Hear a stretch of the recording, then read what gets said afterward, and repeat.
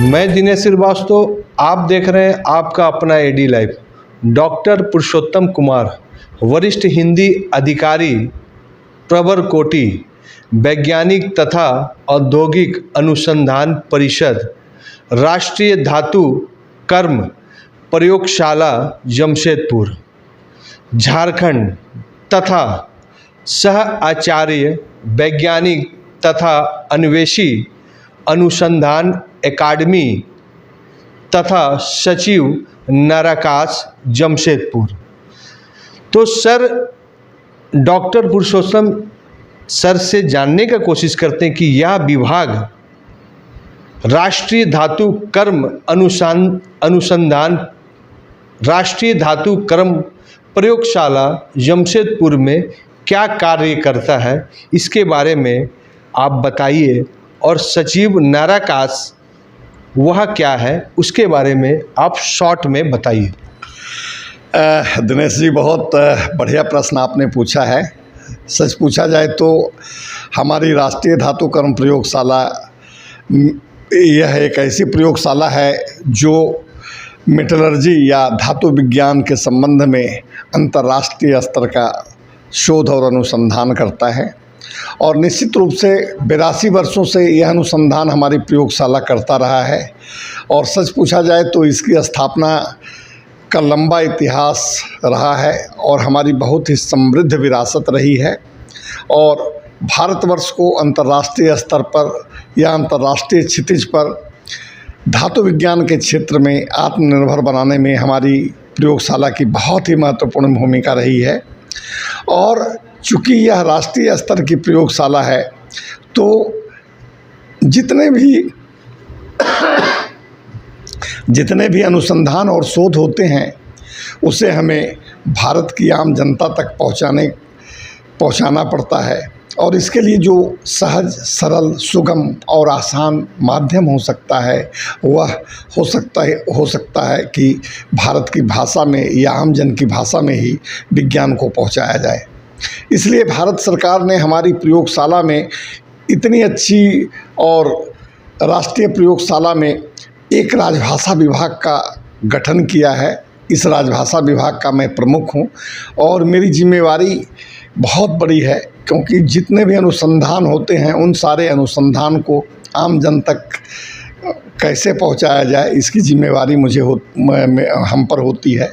साथ ही साथ हमारे जितने वैज्ञानिक हैं भारत के कोने कोने के हैं, कश्मीर से कन्याकुमारी तक। कहने का मतलब है कि भारत के हर एक राज्य के वैज्ञानिक हैं जिनकी मातृभाषा हिंदी नहीं है। इसलिए आवश्यक है कि उन्हें सेवाकालीन हिंदी का प्रशिक्षण दिया जाए ताकि वे निष्णात होकर अपने शोध को हिंदी भाषा में लिख सकें और हिंदी भाषा का अधिक से अधिक प्रयोग कर सकें, हिंदी भाषा में सोच सकें और मौलिक रूप से उनका लेखन हिंदी में हो सके। इसके लिए हम लोग समय समय पर वैज्ञानिक हिंदी संगोष्ठी का भी आयोजन करते हैं। साल में 2 संगोष्ठी तो निश्चित रूप से 10 जनवरी को जब अंतर्राष्ट्रीय हिंदी दिवस का समय होता है तब वैज्ञानिक संगोष्ठी हिंदी भाषा में की जाती है। और फरवरी महीने में अंतर्राष्ट्रीय मातृभाषा दिवस जब होता है तब भारत की तमाम भाषाओं के वैज्ञानिकों को उनकी मातृभाषा में बोलने को प्रोत्साहित किया जाता है। और भारत की सारी भाषाओं के वैज्ञानिक अपनी अपनी मातृभाषा में वैज्ञानिक शोध पत्र प्रस्तुत करते हैं। तो निश्चित रूप से हमारी राजभाषा के प्रचार प्रसार का दायित्व तो हम पर है। और नगर राजभाषा कार्यान्वयन समिति के बारे में जो आपने पूछा है, नगर राजभाषा कार्यान्वयन समिति का गठन भारत सरकार के गृह मंत्रालय द्वारा किया गया है। पूरे देश में इस समय 500 से अधिक नगर राजभाषा कार्यान्वयन समितियां गठित की गई हैं और बड़े बड़े शहरों में और छोटे शहर में भी इस समिति का गठन किया गया है। और यह समिति बहुत ही शक्तिशाली समिति होती है। और इस समिति के बारे में, जमशेदपुर नगर राजभाषा कार्यान्वयन समिति के बारे में मुझे यह बताते हुए अपार हर्ष की अनुभूति हो रही है कि 1990 में करीब इस समिति का गठन किया गया था हमारे यहाँ। और तब से लेकर आज तक लगातार हमारी समिति ने अपने कार्य के द्वारा भारत में सर्वश्रेष्ठ स्थान बनाने में सफलता प्राप्त की है।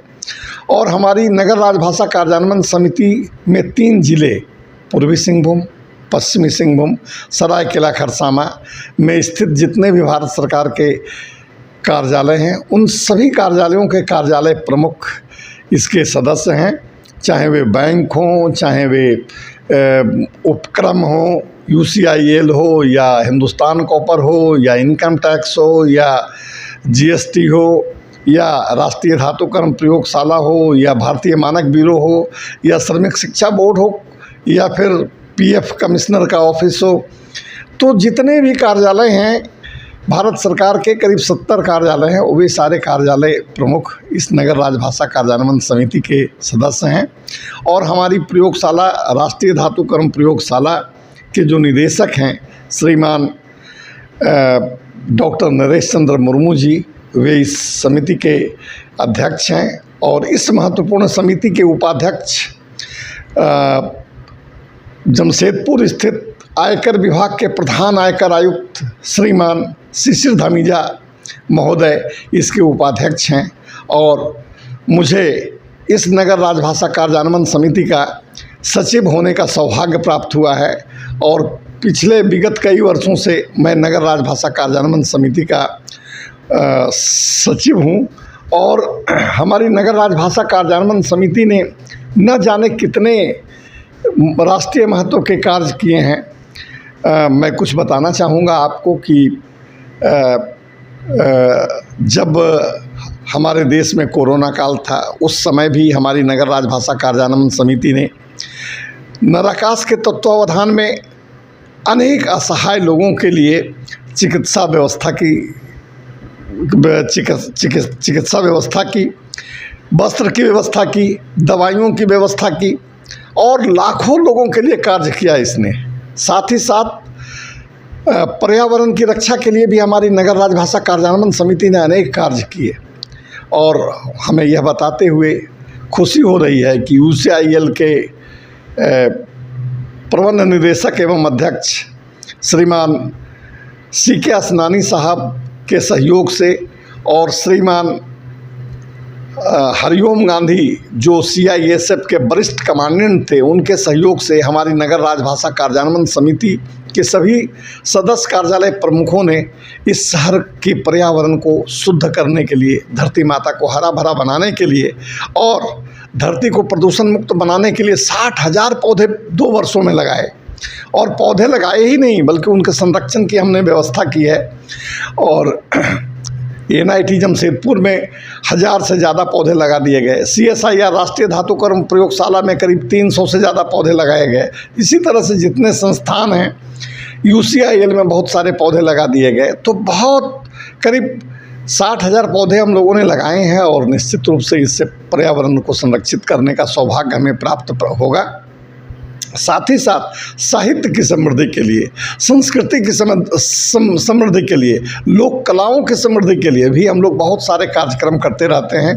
और महीना में एक बार कम से कम ऐसा कार्यक्रम करते हैं जिसमें हमारी नगर राजभाषा कार्यान्वयन समिति के सारे सदस्य और उनकी बेटर हाफ या उनकी श्रीमती भी इस समिति से जुड़ी हुई हैं। चाहे वृक्षारोपण का कार्यक्रम हो या लोक संस्कृति का कार्यक्रम हो या भाषा के माध्यम से किसी राष्ट्रीय स्तर के नाटक का मंचन हो या कहानी, कथा, शिल्प आदि पर कुछ कहना हो, तो संगोष्ठियों का आयोजन हम लोग करते रहते हैं। साल में कई वैज्ञानिक संगोष्ठियों का आयोजन किया जाता है। और बहुत सारी लोकोपयोगी या कह सकते हैं कि जीवन, हर एक आदमी के जीवन के उपयोग में आने वाली वैसी चीज़ें या वैसा प्रशिक्षण जो आवश्यक है, जैसे स्वस्थ कैसे रहा जा सकता है, जीवन को तनाव रहित कैसे बनाया जा सकता है, इन सारे तमाम बिंदुओं पर, जीवन के संबंध में जितने भी बिंदु हैं, उन सारे बिंदुओं पर प्रशिक्षण, कार्यशाला, संगोष्ठी आदि का आयोजन हम करते रहते हैं। और हम सौभाग्यशाली हैं कि आप जैसे लोग हमारे नगर राजभाषा कार्यान्वयन समिति के कार्य को आम जन तक पहुंचाने में सहयोगी होते हैं।